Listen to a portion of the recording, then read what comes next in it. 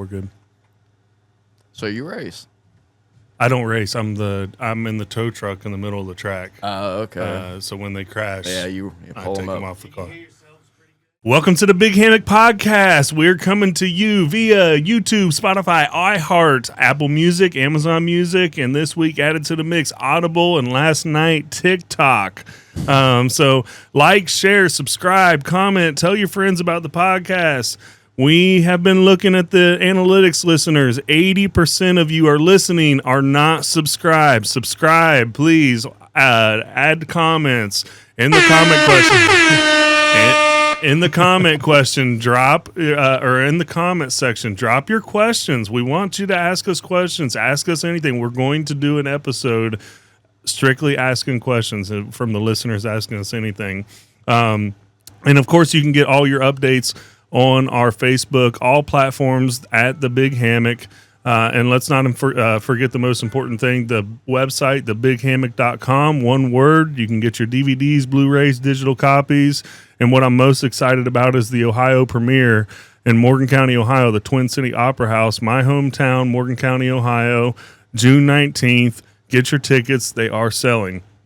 Our guest today, cast member Chris Unger, and the man behind the soundtrack of The Big Hammock, Jesse Danitz. How have you been, gentlemen? Have your hands been cramping up signing all your autographs? Yeah, I'm stiff. Real stiff. What has your friends and family thought about the movie? They loved it. Mine were blown away. Didn't even think about it. Yeah. What was your expectation prior to the movie? Like, what did you expect to see? When they filmed the movie, honestly, I didn't think it was going to be what it turned out to be. Mm-hmm. And then getting to the premiere, I was really, really nervous, because I don't like seeing myself on camera and all that. So I was super nervous. I didn't expect the turnout of the people. Mm-hmm. After sitting, I was sitting up there with Malcolm on the table, just, he was doing his thing, and I'm just looking at the door, and you see people after people after people after people after people. So if I'm hearing you right, you expected, you didn't know what to expect with how you looked at the camera. You didn't expect it to be all that. And then when you saw the amount of people at the premiere, you were like, okay, wow. And then you got nervous because you didn't know about how you did. Right, how I did and how everything else, because nobody out of, I think, 2 people seen the whole movie of start to finish, how it looked.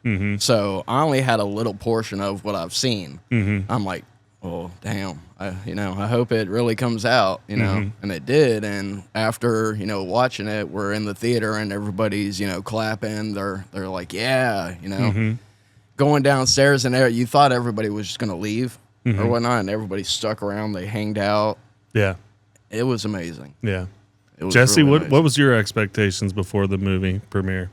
I've over the years have watched Malcolm's Little Shorts, and they've been pretty good. I wasn't expecting what we wound up seeing on the screen. I remember I came in during the festival, and I was blown away. Just what he had set up, all the people that were involved, that was just amazing to me. At that point, I was pretty confident it was going to be really good. And then we got to the theater. Obviously, my expectations were not what the movie wound up being. I was blown away. I went right to Malcolm afterward, and I said, "Man, I cannot believe that this is what you created. Like, this is amazing." Now, so did he send you a script at all? Yeah. So he did send you the script. He did, and okay. I started to read it. He had asked me, "Do you want a part in this to act?"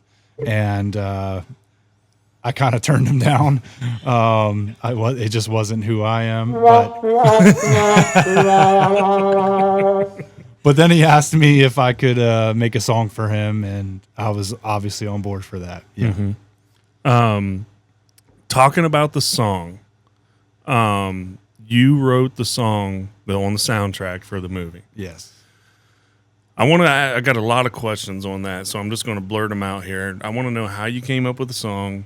Obviously, I found out you knew that. Did you end up reading the entire script? I did not. Okay, so you didn't know the script. Did Malcolm tell you the whole story?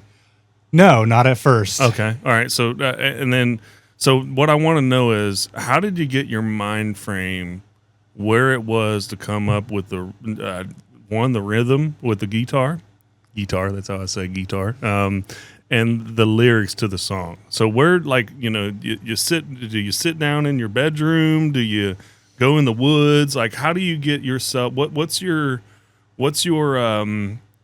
surroundings when you get in the mode? I'm assuming, and maybe I'm wrong here, I'm assuming the rhythm comes first. Yep, the rhythm comes first. All right. Yes. When he asked me to write a Bigfoot song, I knew nothing about Bigfoot. I had just happened to be watching a YouTuber that is very conspiratorial, and, well, I shouldn't say that. I'm conspiratorial, and I watched a YouTuber that does a lot of missing case persons all over the United States, Canada, and he puts together. He used to be a detective, and he puts together very specific things that relate to all the cases, and that's where a lot of the lyrics came from in the beginning, the first verse. But as far as the melody of the song, it's a Bigfoot song, and I can only imagine what that was supposed to feel like. So I went dark, and I thought mysterious as well. Yeah, it felt. When you create a song, you have to play around a lot. You have to, fiddle around with different tunes, and eventually that one came, and I sent that to him, and so it was a long process. The lyrics are many days, many nights, going to work, thinking about what can you say, what how does this all tie together, and then you just, as you get them in your head, you jot them down, and that was a back and forth process with Malcolm as well. And he's just like, yeah, I love it. And eventually I quit doing that, and I just came up with the whole thing and sent it his way, and he fell in love with it. So I know that, every lyric has its purpose, but, and some of them, as you said, just kind of fall together. What specific lyric, when it came, you knew had to go into the song?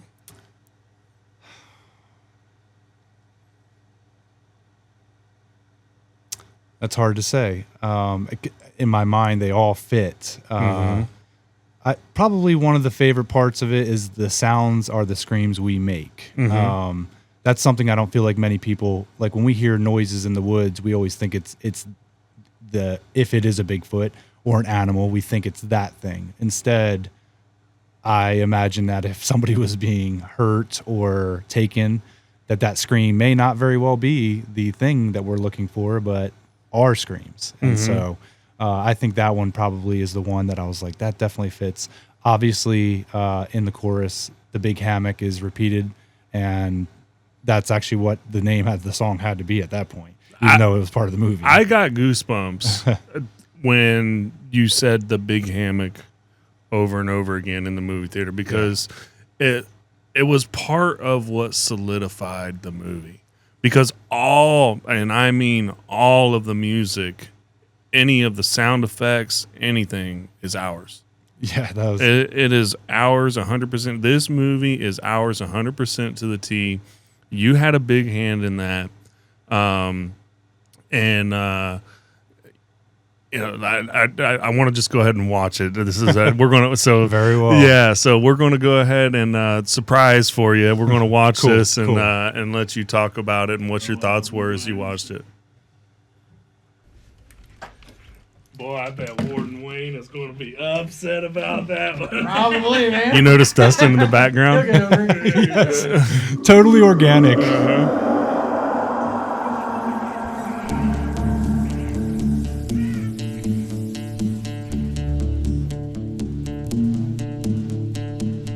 It was a great shot with the drone shot. I've gotten many compliments for the song, but the part that he put it in.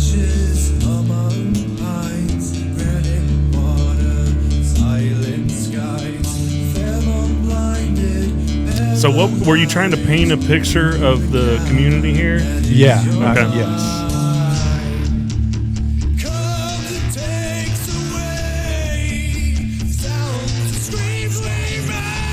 There's the sounds and screams we make.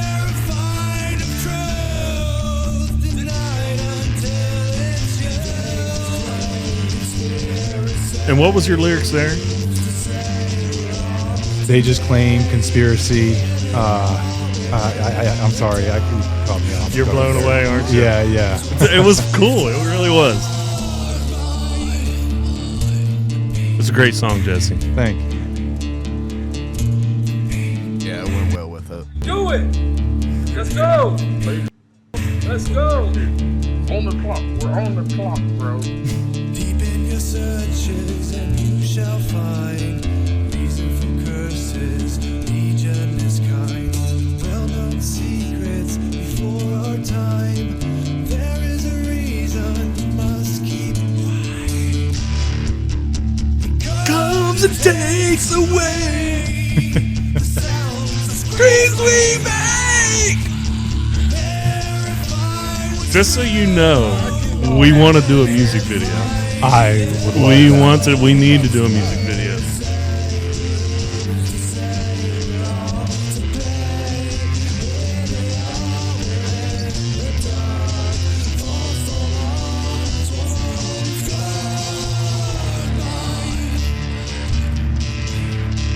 The Big Hammock.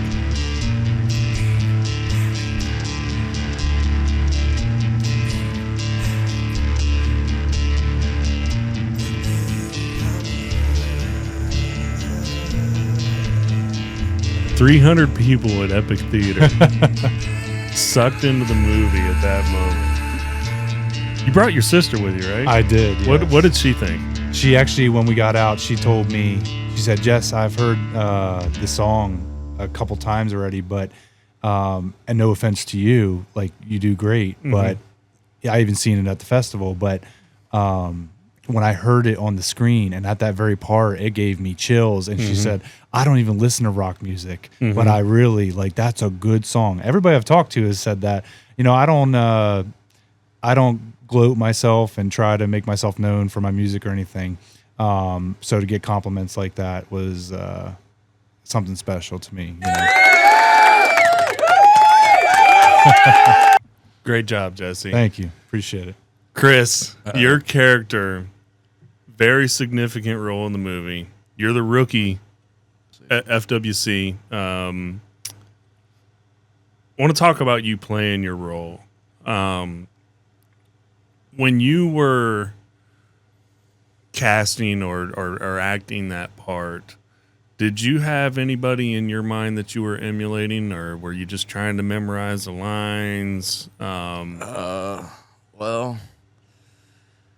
the whole memorizing the lines, that's what really threw me off, because I would have a portion of it, and then I'd forget the other portion. And then it'd be that stare and look at Malcolm.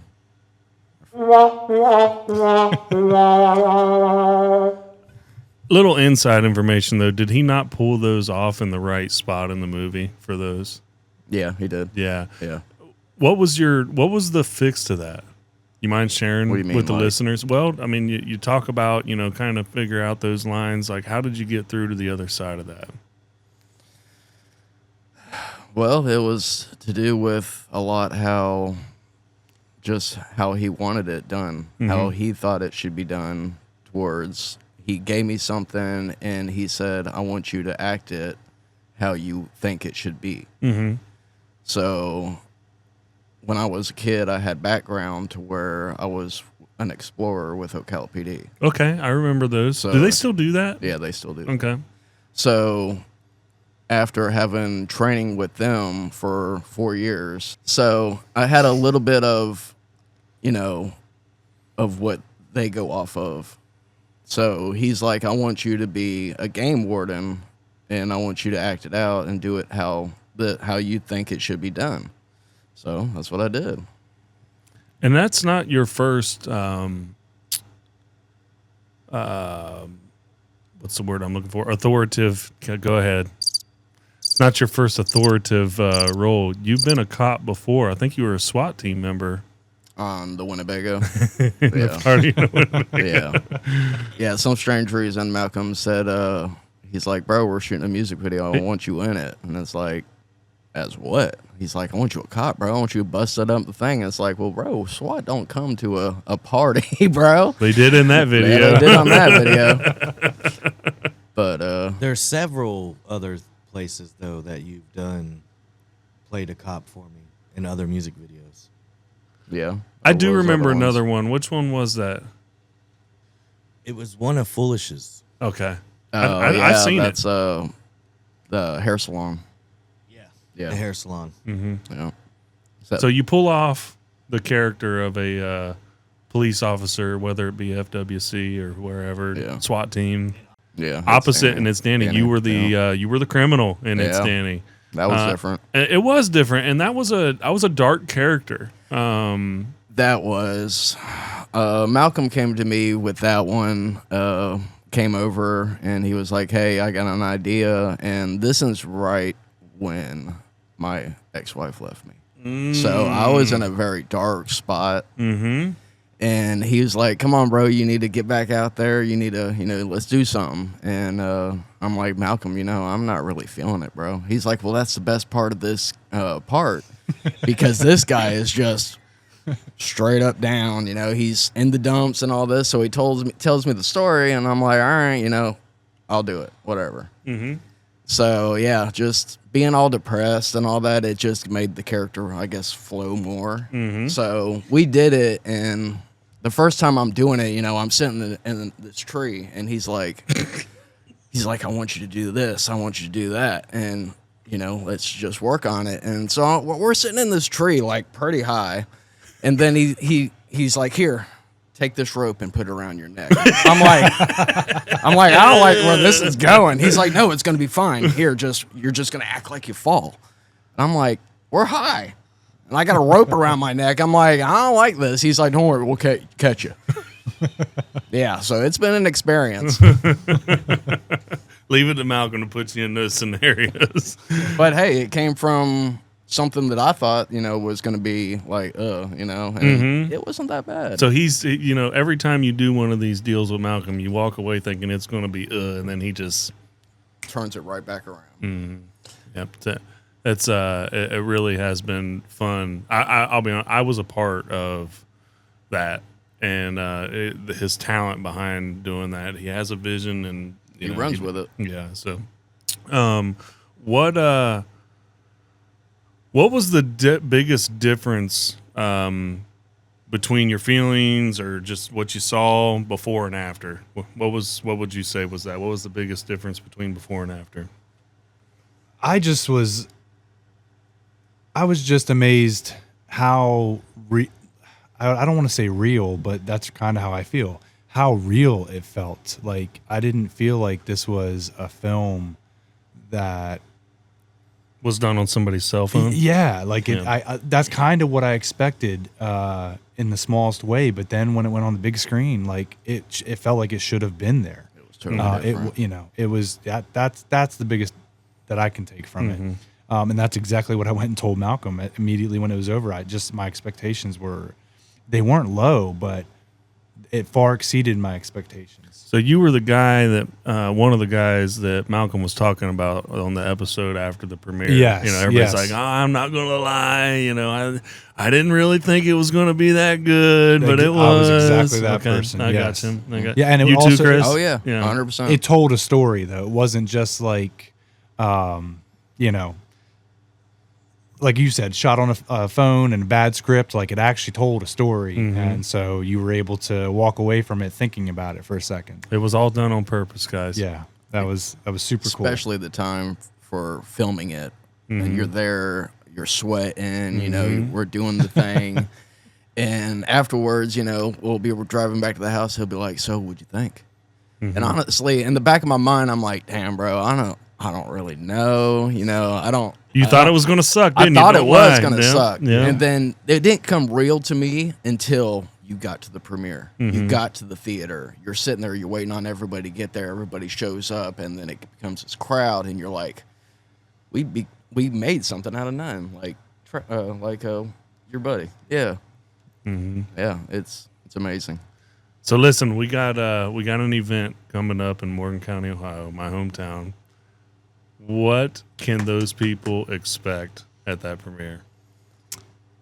Well, it depends on if you believe in Bigfoot. What you got, Jesse? You might want to bleep me out too.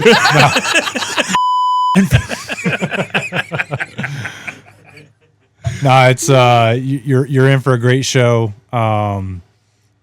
They just did a great job, and I don't want to give too. I'm not going to give anything away, but I'll say hit the beat.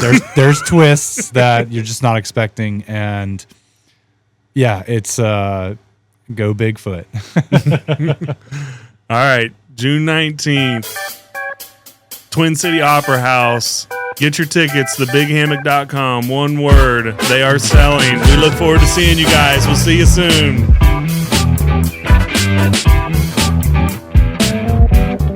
Thanks for coming, guys. Yeah, no problem. Thanks for having us.